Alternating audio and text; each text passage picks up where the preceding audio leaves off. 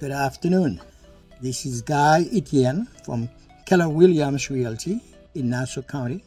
This afternoon, I wanted to introduce to you the man behind the name, the man who wore the dual hat, the first one being a physician, and the second one being a realtor.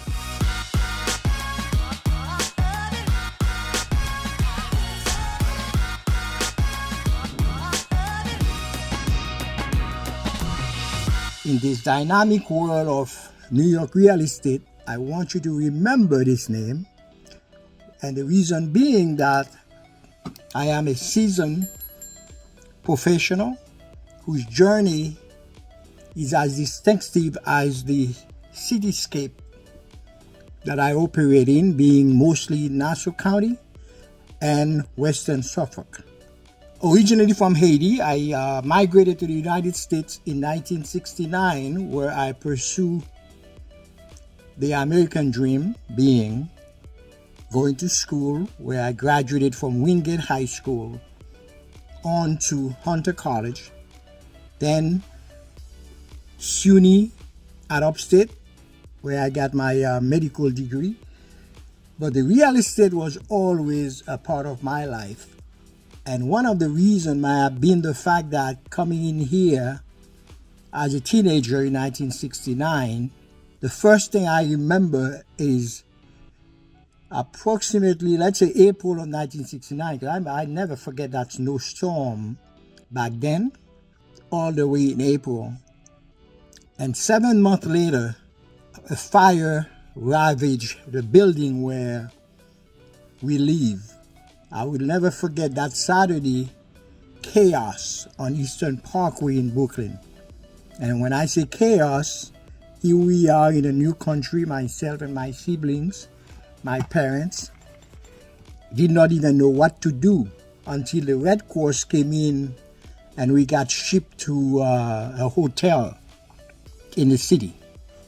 Going forward, we wound up staying there while going to school in Brooklyn, because originally that's where we live. Having to commute back and forth from, I believe, 40-something street in the city, bringing my siblings to school, going at that time to Wingate High School. But again, this is just, the background where that real estate came in, because at that time, there was a thing called rent control, where there were practically 6 of us. And for you to get an apartment in those days, all right, you eventually wind up getting the landlord apartment, which was not rent control, which means that they could ask you almost anything they want. And once they see that there were 6 to 8 people, 5 siblings, myself, and my parents, all right, you're talking about 8 people, so you needed at least a 3 to 4 bedroom apartment in those buildings. So I remember the first place we wind up was on Albany Avenue in Brooklyn, at the corner of Albany and Montgomery in Crown Heights.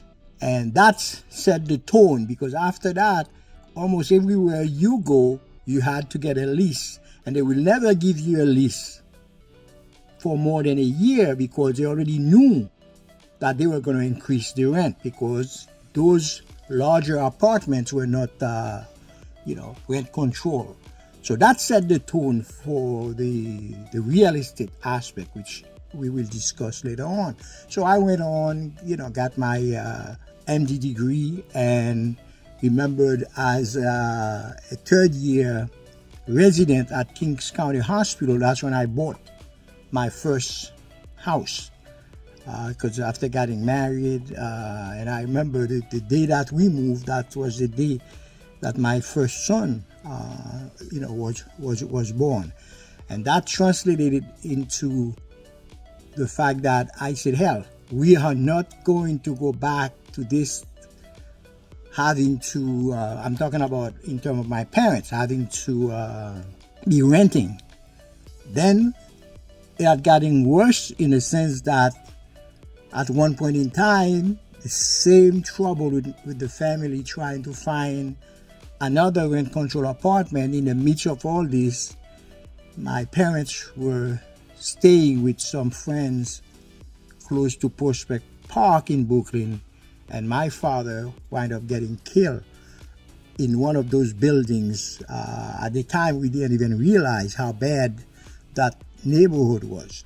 So you have the scar of that fire and a second scar, with the death of my dad.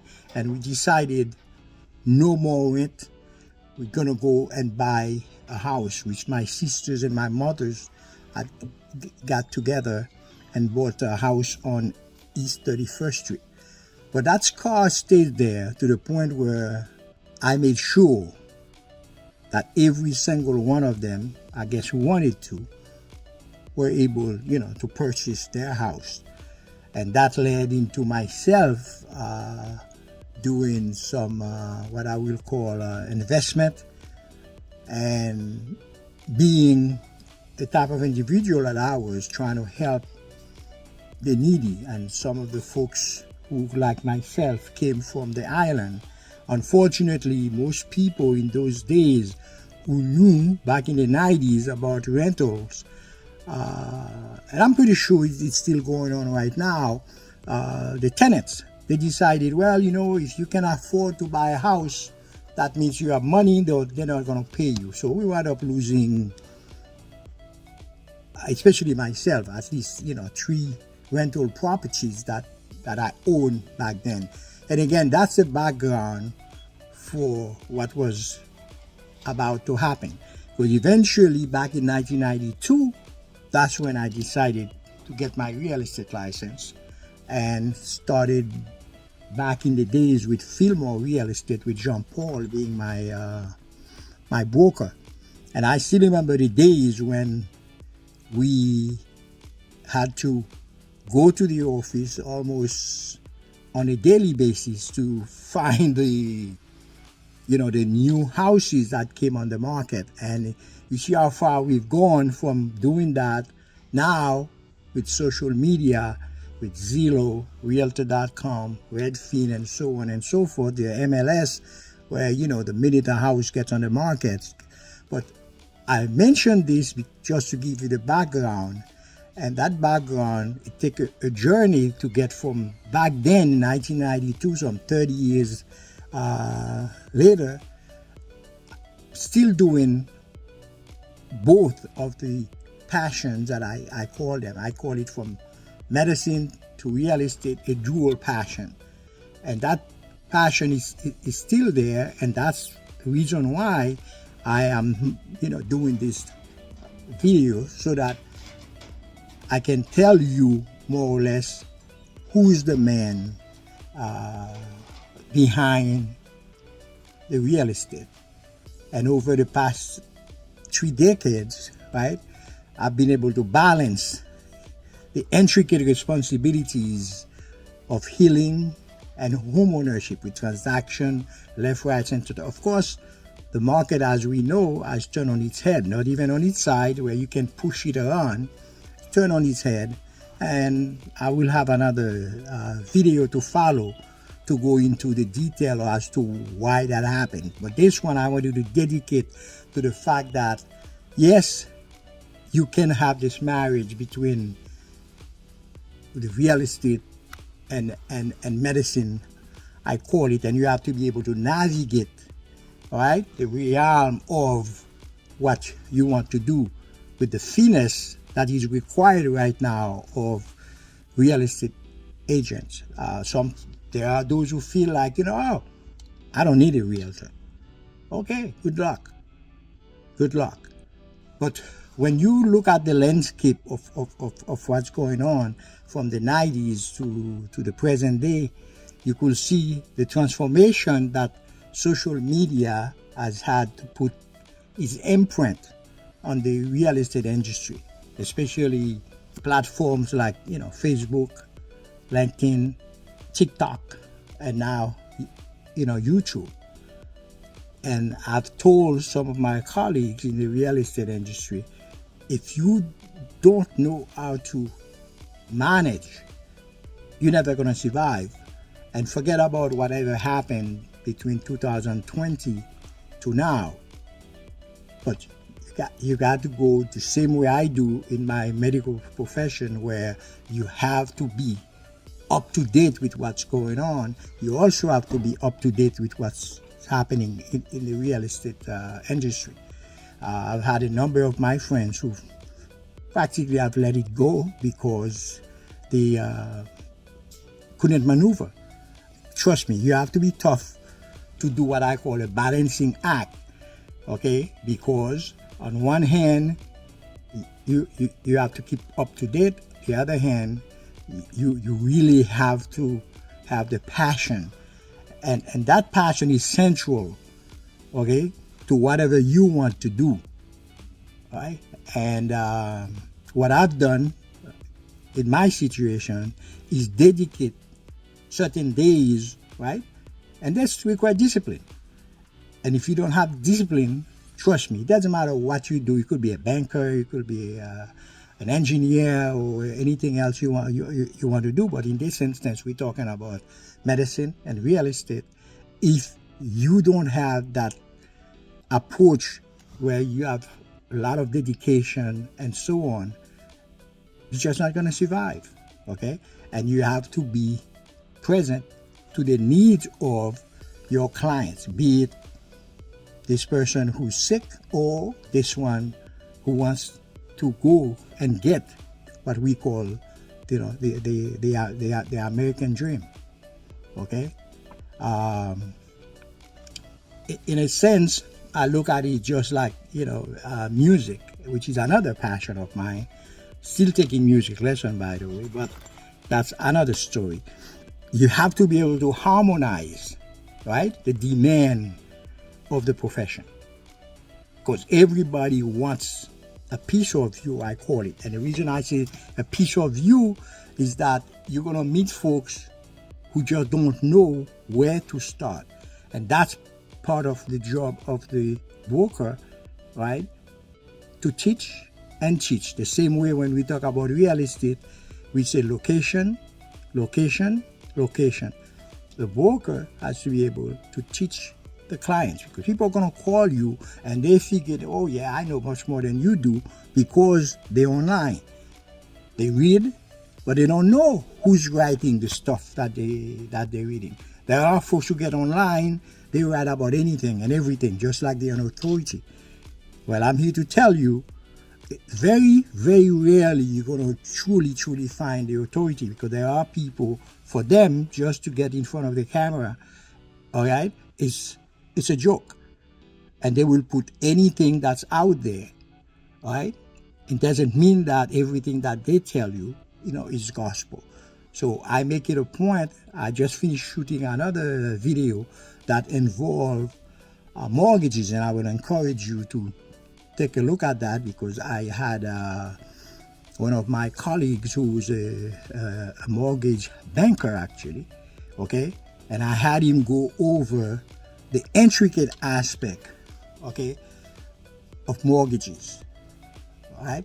Right now, the office where myself and my partner, Vidika, work is Keller Williams Realty in Garden City, the Keller Williams Realty of Greater Nassau. She's in Garden City. Actually, it's right in the mall itself, because once we, at the window, we're looking over, Macy's and Neiman Marcus and so on. And we sometimes joke with some of our clients, once they come out of an interview, they go across the way to shop. Okay, so we mostly in Garden City, work on Garden City, East Meadow, which is right to the south of us. But we're very versatile.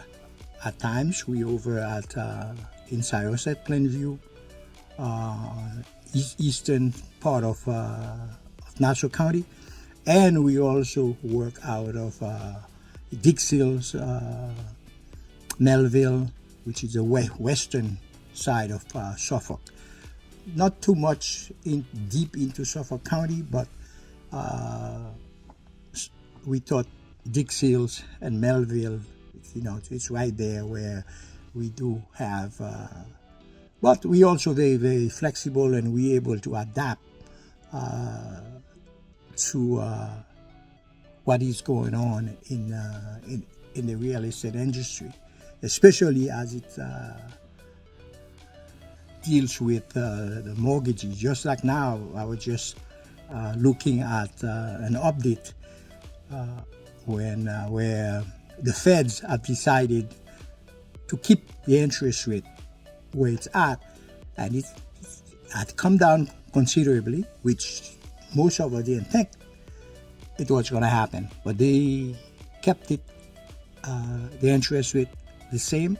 And I'm mentioning it so that anybody who's watching the video, I will advise, especially the first-time home buyers, it could be anybody else for that matter, but challenge them, okay, to follow, okay, what is going on outside in the industry, but to get the information, what I call right from the horse's mouth. Because my job, I feel, extend beyond transaction. I mean, it's one thing to put pen to paper, somebody sees a house, they like it, and so on and so forth. You have to be able to emphasize the fulfillment that comes with helping individual achieve the American dream. Because think about it. Most people who come here, why did they come here? If you ask them, they will tell you. And part of that American dream, I don't want to be biased, but I think the number one thing is for them to own a home, right? Most people feel like they fail, okay, if they were not able to buy a home. And the success stories that I always talk about are those that include families, okay, who collaborated, okay, to purchase a home. Because sometimes, you know, there are folks who just can't afford it, but they get together as a family, okay, to afford a home, you know, to purchase a home. Therefore, you know, you help them get to that stage and that lasting financial security, because inevitably, okay, you're gonna get that appreciation. And I've seen it, you know, time and again when somebody and I have many examples of folks who bought a house, and for whatever reason, they either get transferred. The classic stories was one of my colleagues who purchased a house. I was able to help, then got transferred to another state, had to sell that house, and within a very short period of time, had gotten such appreciation that did not lose anything, okay? But my motto has always been, you have to be candid, okay, about things that you need to do. You also have to be candid about your aspiration for the future. And that's why I'm saying it, and I will say it again, that unless you put yourself into it, you'll never be able to succeed in this real estate thing. And you have to be able to watch the challenges that come about when you see the market fluctuation, okay? So my thing is eventually transition from, you know, medicine. Let's say there's going to be a time when you decide, oh, you know what, my time is up. I need to retire. But if you retire, what are you going to do? And if you don't learn that second aspect, then to me, it will be considered to be a failure. Like right now, we're looking more and more, myself again and my partner, at emphasizing the necessity of being like a seller's agent, and that has a lot to do with what is happening in the milieu where we are, especially in view of that recent lawsuit. And I know most people are aware of what's happening, talking about, you know, buyer's agency, so on and so forth. I will have also a video where we will be, you know, discussing that. So I also urge all the aspiring entrepreneurs who want to be into that real estate industry to be careful as to what they really want to do, because if you're not willing to put yourself into it 100%, I can guarantee you, okay, you will never, ever be successful. So, in closing, I have to tell you, to survive in this milieu, you have to be able to be resilient, you have to be able to adapt to all the changes that are taking place right now. Okay, you have to be able to balance the complexity of the real estate and associate yourself with a mortgage banker who will be able to help most of your, if not all, okay, of your clients. So in my case, that the fusion between medicine is real estate. It's real. I've been doing it, and as I mentioned in passing, I put one, sometimes 2 days out of my busy schedule where I, concentrate on the real estate aspect of my business. So be on the lookout for my mortgage video. I just shot it about an hour ago, so I will be able to upload it soon. Again, this is Guy Etienne from Keller Williams Realty.